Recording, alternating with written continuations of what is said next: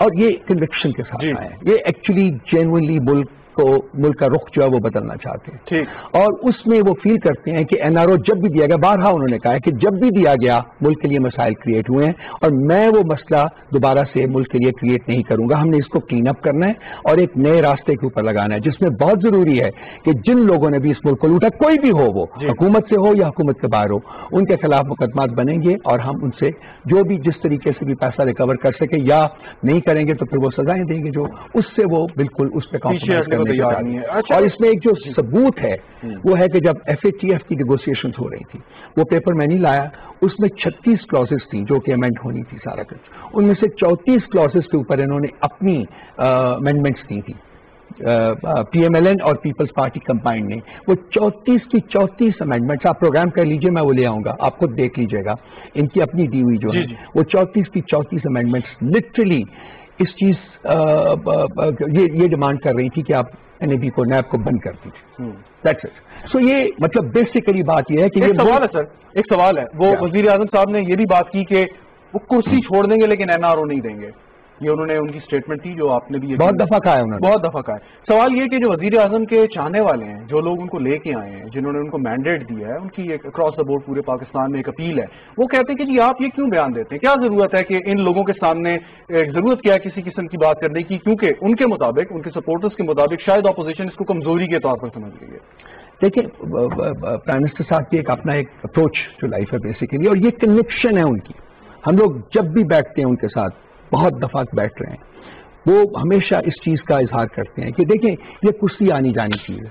میرے آبجیکٹو کو یہ نہیں کہ جی میں نے اپنے کافرز جو ہیں میں نے اپنا حرام کا مال بنا کے اپنے بینکس میں ڈالنا ہے, یا میں نے اپنی فیملی کو اسٹیبلش کرنا ہے, یا میں نے اپنے اور لوگوں کو اسٹیبلش کرنا ہے. کہا جی کہ میں جو کام کرنے آیا ہوں, اگر جس وقت میں یہ سمجھ پاؤں گا کہ میں وہ کام نہیں کر پا رہا تو میں اس کرسی سے پیار کی وجہ سے اس کے ساتھ نہیں چمٹوں گا, میں چھوڑ دوں گا. سو اس کی اپنی کنوکشن کا اظہار کر رہے ہیں, یہ سمجھ نہیں رہے ہیں کہ یہ وہ ایک ڈفرینٹ انسان ہے. بالکل رانا طاہر صاحب, یہ اب تو خبریں آ رہی ہیں جی کہ استعفے جمع ہونا شروع ہو گئے ہیں, اور پارٹی قیادت فیصلہ کرے گی, پھر اسپیکر صاحب کو جمع ہو جائیں گے, اس طرح کی آپ نے بھی سنی ہوں گی یقیناً. تو یہ کیا ہے سارا, یہ مطلب اتنی آسانی سے کوئی بھی ایم این اے, پارٹی کے قائد نے کہا, اس کے لیڈر نے کہا, وہ استعفیٰ جمع کرا دیا, یہ ٹھیک بات ہے؟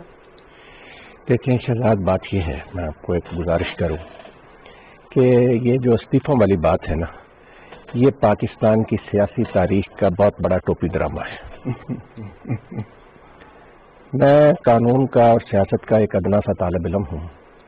پاکستان کی تاریخ میں صرف ایک الیکشن تھے, اگر ان میں تھوڑی سی بھی حمیت ہوتی, اپنے مقصد کے ساتھ مخلص ہوتے اور یہ سمجھتے کہ الیکشن میں دھاندلی ہوئی ہے, تو یہ جس دن یہ اسمبلی وجود میں آئی تھی اس دن اس میں جا کر حلف نہ اٹھاتے. آپ کو یاد ہے کہ 1977 میں جب ذوالفقار علی بھٹو مرحوم نے انتخابات کرائے تھے تو پاکستان قومی اتحاد کو کوئی 35-36 سیٹیں ملی تھیں ان انتخابات میں, لیکن ان تمام 35-36 ارکان نے, پی این اے کی قیادت نے فیصلہ کیا کہ ہم ان اسمبلیوں میں نہیں جائیں گے. ٹھیک, انہوں نے حلف نہیں اٹھایا. جب آپ نے ایک اسمبلی کو, میں دیکھیں یہ دھاندلی کی بات کرتے ہیں نا, میرا موقف پی ٹی آئی والے پتہ نہیں ان چیزوں کو کیوں ہائی لائٹ نہیں کرتے, میرا موقف اس سے مختلف ہے. دھاندلی کچھ جگہوں پر ہوئی ہے اور وہ پی ٹی آئی کے ساتھ ہوئی ہے. پی ٹی آئی کو ہرایا گیا ہے. 35 سیٹوں کا میں نے کیلکولیٹ کیا ہوا. طاہر صاحب یہ بالکل ٹھیک کہہ رہے ہیں. اسی طریقے سے میں آپ کو بتاؤں 2013 کا جو الیکشن تھا شہزاد, اس دن میں لاہور میں تھا. لاہور کی سڑکوں پر میرے ساتھ اور بھی 2 سینئر جرنلسٹ تھے. لاہور کی سڑکوں پر نون لیگ غائب ہو گئی تھی الیکشن والے دن. عمران خان وہاں سے جیت رہے تھے, عمران خان کو وہاں سے ہرایا گیا 11 بجے رات کو جب اناؤنسمنٹ. ٹھیک ہے, اسی طریقے سے اور بہت سی مثالیں ہیں. لیکن پرابلم کیا ہے, ایک بات واضح کر دیں کہ یہ ایک سمپل سی بات ہے کہ اگر آپ اسمبلی کا آپ نے حلف اٹھا لیا, آپ ممبر بن گئے, تو اس کا مطلب ہے کہ آپ نے نتائج جو ہیں وہ تسلیم کر لیے. نتائج تسلیم کیے تو چل رہے ہیں نا ساتھ. یہ اگر جو بات رؤوف حسن صاحب نے کی وہ 100% صحیح بات کی ہے کہ ان کا ایجنڈا کوئی عوام کے مسائل نہیں, کوئی قوم کے مسائل نہیں, کوئی ملکی مفادات نہیں ہے. ان کا ایجنڈا شہزاد سیدھا ذاتی مفادات ہیں. اس کے لیے یہ کرتے ہیں. پرائم منسٹر نے جس دن حلف پرائم منسٹر صاحب بنے ہیں, منتخب ہوئے ہیں پرائم منسٹر, اس دن ان کی سپیچ کے دوران جو ہلڑ بازی کی گئی, اس سے کیا اپوزیشن نے میسج دیا تھا؟ آج تک ان کا ایجنڈا ایک ہی ہے, یہ بتائیں نا کہ جی انڈیا کے ساتھ یہ معاملات ہیں. انڈیا جو ہے وہ اس طریقے سے پاکستان کے خلاف سازشیں کر رہا, ہم اس پر حکومت کے ساتھ بیٹھنا چاہتے ہیں. ملک میں مہنگائی ہو رہی ہے, ہم عوام کے ساتھ بیٹھنا چاہتے ہیں. یہ ساری صورتحال جو ہے یہ ان کا ایجنڈا 1 پوائنٹ ہے. میں آپ کو بتاؤں یہ کون لوگ ہیں. مولانا فضل الرحمان صاحب, ٹھیک ہے, مولانا مفتی محمود صاحب کے صاحبزادے ہیں نا, جنہوں نے یہ کہا تھا کہ بھٹو نے انتخابات میں دھاندلی کی ہے. اب بھٹو صاحب کا نواسا اسی مولانا فضل الرحمان کی قیادت میں. یہ سارا پھر نون لیگ کیا کچھ کہتی رہی ہے محترمہ بے نظیر بھٹو کے بارے میں. پھر میں آپ کو بتاؤں فرق کیا ہے. یہ ہے ایک تلخ حقیقت. بات کرتے ہیں بڑے بڑے جمہوریت کے معاملے پاکستان میں بنتے ہیں کہ پاکستان میں صرف عمران خان ایک واحد لیڈر ہیں جو کسی مارشل اللہ حکومت میں منسٹر یا نہیں مجلس شورا کے ممبر نہیں رہے. وہ جد و جہد کر کے آئے ہیں, الیکشن جیت کر آئے ہیں. پیپلز پارٹی کے بانی بھٹو مرحوم جو تھے وہ 8 سال تک ایوب خان کی کابینہ میں منسٹر رہے. اس سے پہلے پیپلز پارٹی نہیں بنائی. یہ وہ لوگ ہیں جو اقتدار میں آنے کے بعد انہوں نے جماعتیں بنائی. نواز شریف صاحب مسلم لیگ میں نہیں تھے.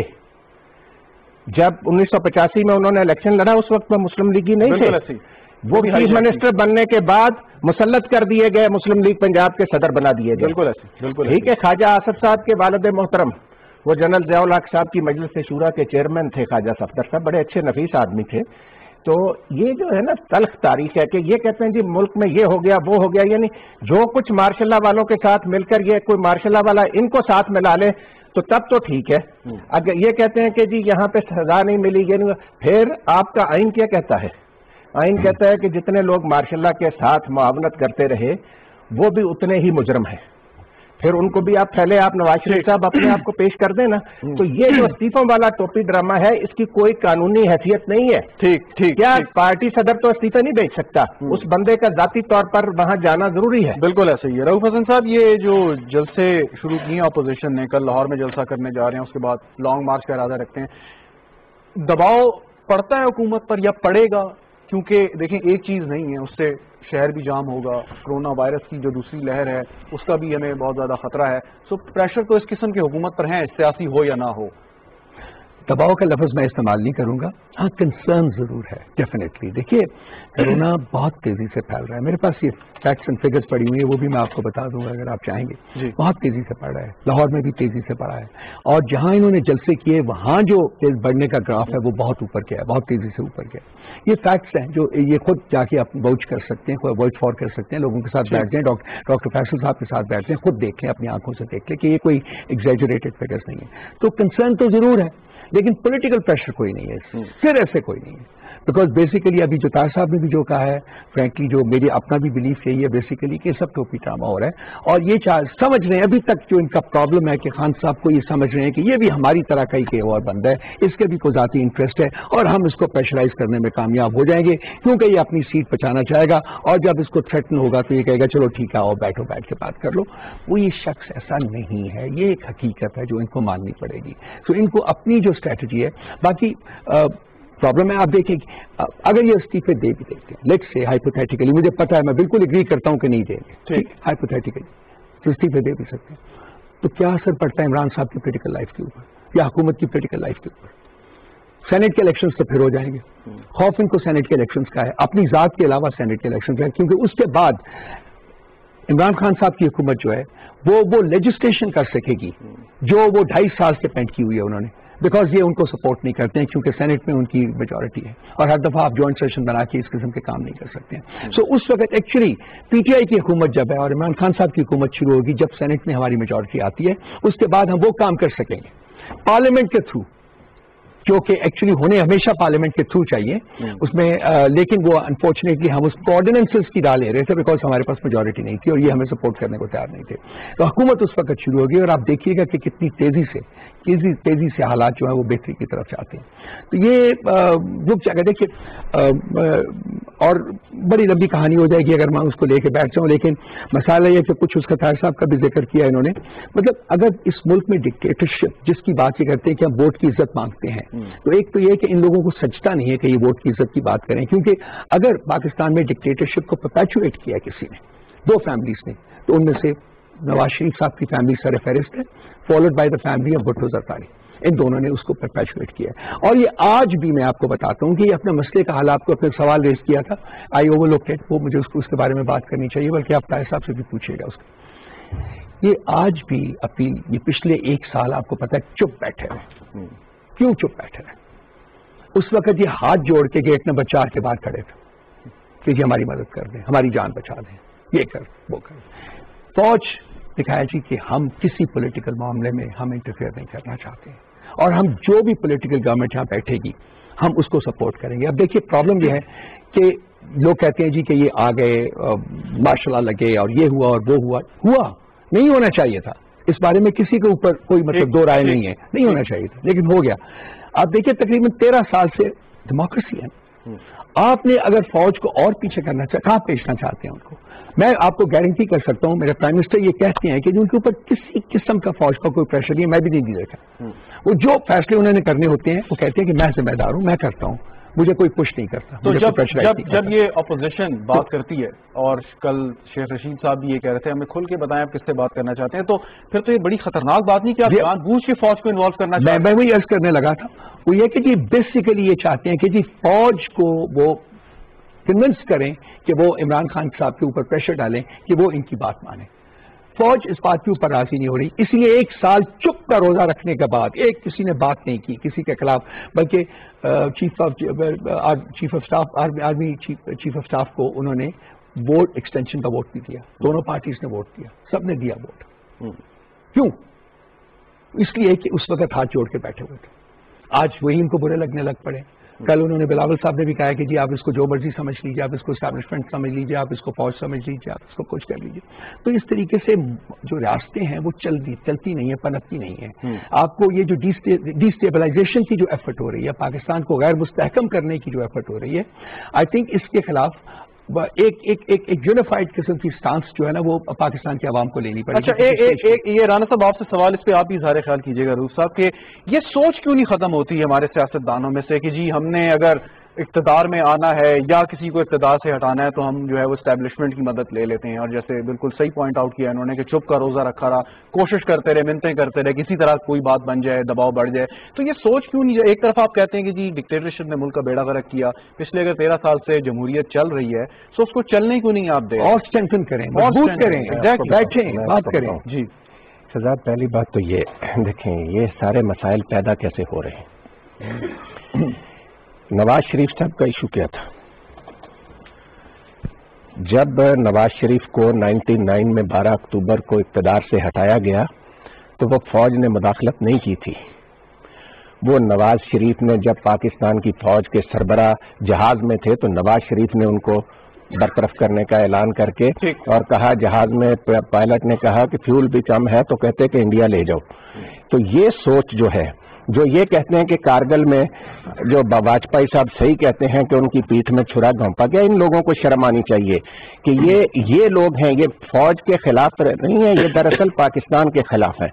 اب میں آپ کو بتاؤں, ایک پارٹی ہے جو اس 11 جماعتی اتحاد میں ہے, ANP. تاریخ گواہ ہے, ریکارڈ موجود ہے سپریم کورٹ کا. جب بھٹو صاحب حکمران تھے انہوں نے جو ANP کی مادر پارٹی تھی نیپ, اس پر پابندی لگائی, انہیں ملک دشمن قرار دیا. سپریم کورٹ کے 5 رکنی بینچ نے اس ریفرنس کی توثیق کی جو ذوالفقار علی بھٹو نے بھیجا تھا. تو اس کے بعد یہ پہلے NDP کی شکل میں وارد ہوئے, پھر ANP کی صورت میں. اب آپ دیکھیں نا, پہلے صاحب انہوں نے ان کی حکومت ڈسمس کی. ہاں, بھٹو صاحب نے مینگل حکومت ڈسمس کی بلوچستان میں. مفتی صاحب نے KP کے میں اس وقت صوبہ سرحد کا استعفیٰ دیا. تو بات یہ ہے کہ اصل آج چکر کیا ہے اس میں. دیکھیں رؤف حسن صاحب بیٹھے ہیں, میں گزارش یہ کرتا ہوں کہ پرائم منسٹر صاحب کو بھی ذرا اپنی چارپائی کے نیچے نا تھوڑا ڈھانگ پھیرنی چاہیے کہ کون لوگ ہیں جو ان کے ایجنڈے کی راہ میں رکاوٹ بن رہے ہیں. عدالت عظمیٰ کہہ چکی ہے کہ آپ 120 نیب کورٹس مقرر بنائیں. کابینہ نے کہا کہ فوری طور پر 30 نیب کورٹس بنا دی جائیں. وہ کون سا سرخ فیتا ہے جہاں پہ یہ رکا ہوا معاملہ؟ کیوں نیب کورٹس نہیں بن رہی اور یہ احتساب کا نظام تیز نہیں ہو رہا؟ پرائم منسٹر صاحب کو اس طرف نظر دوڑانی چاہیے کہ ان کی اپنی ٹیم میں یا بیوروکریسی میں کون سے لوگ ہیں جو اس میں رکاوٹیں ڈال رہے ہیں. دیکھیں نا, جب اس وقت ملک میں 24 نیب کورٹس ہیں, insufficient. تو کیسے یہ فیصلے ہوں گے جلدی؟ نیب قانون کہتا آپ 30 days میں فیصلہ کریں، تو جب عدالت عظمیٰ ان کو کہہ چکی ہے کہ بنائیں، اور پرائم منسٹر صاحب چاہتے ہیں کہ یہ کرپٹ عناصر جلد منطقی انجام کو پہنچیں، تو اس طرف توجہ دینی چاہیے کہ نیب کورٹس کی تعداد بڑھانے میں کیا امر مانے ہے۔ اچھا رؤوف صاحب، ایک تو اس پہ اظہار خیال آپ کرنا چاہیں، دوسرا ایک سوال میرا یہ ہے کہ آپ کے لیے تو بڑی ایک آسان صورتحال ہے، اگر یہ مفروضے کی بنیاد پر ریزائن کرتے ہیں قومی اسمبلی سے، آپ اس وقت ایک کولیشن گورنمنٹ میں ہیں۔ De lo que nos queda de nuestro gobierno y las próximas 2 administraciones.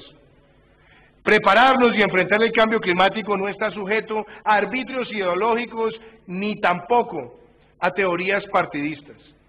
Es un reto del mundo, de nuestra generación, y que nuestro país lo asume.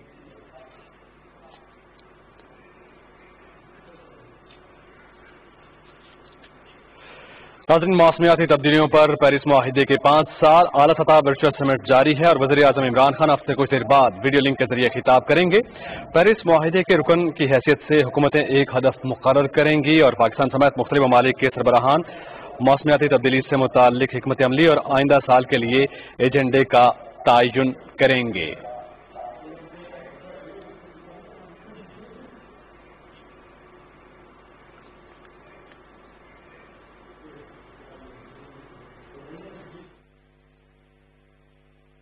Bismillah ar-Rahman ar-Rahim. Mr. Chairperson, Pakistan is the country whose contribution to global emissions is less than 1%. Yet, and sadly, we are the 5th most vulnerable country to climate change. We have decided, firstly, that we will have nature-based solutions to mitigate the effects of climate change. First, by planting 10 billion trees in the next 3 years. Secondly, we have increased the number of national parks, protected areas, from 30 to 45. At the same time, we have decided that we will not have any more power based on coal. We have already scrapped 2 coal power projects, which were supposed to produce 2,600 megawatts of energy, and replaced it by hydroelectricity. As far as our indigenous coal goes, we have decided to look for produce energy either by coal to liquid or coal to gas, so that we do not have to burn coal to produce energy. At the same time, we've also decided that by 2030, 60% of all energy produced in Pakistan will be clean energy through renewables. And also, 30% of all our vehicles would be on electricity. So I assure you that Pakistan will be doing its best to make its contribution to mitigate the effects of climate change. Thank you. وزیر اعظم عمران خان کا virtual سمٹ سے خطاب۔ وزیر اعظم کی جانب سے کہا گیا کہ ہم نیشنل پارک کی تعداد میں اضافہ کر رہے ہیں، اور ہم نے فیصلہ کیا ہے کہ کوئلے سے مزید توانائی پیدا نہیں کریں گے۔ Pakistan clean and green energy کی جانب گامزن ہے۔ وزیر اعظم عمران خان اب سے کچھ دیر پہلے اظہار خیال کر رہے تھے۔ موسمیاتی تبدیلیوں پر پیرس معاہدے کے 5 سال اعلیٰ سطحی ورچوئل سمٹ جاری ہے۔ وزیر اعظم عمران خان کی جانب سے ویڈیو لنک کے ذریعے خطاب کیا گیا۔ پیرس معاہدے کے رکن کی حیثیت سے حکومتیں ایک ہدف مقرر کریں گی، اور پاکستان سمیت مختلف ممالک کے سربراہان موسمیاتی تبدیلی سے متعلق اظہار خیال کر رہے ہیں، اور اپنی حکمت عملی اور آئندہ سال کے لیے ایجنڈے کا تعین بھی کیا جا رہا ہے۔ وزیر اعظم عمران خان اب سے کچھ دیر پہلے اظہار خیال کر رہے تھے۔ ناظرین، اسی کے ساتھ ہی پاکستان ٹیلی ویژن نیوز سے فی الحال اتنا ہی۔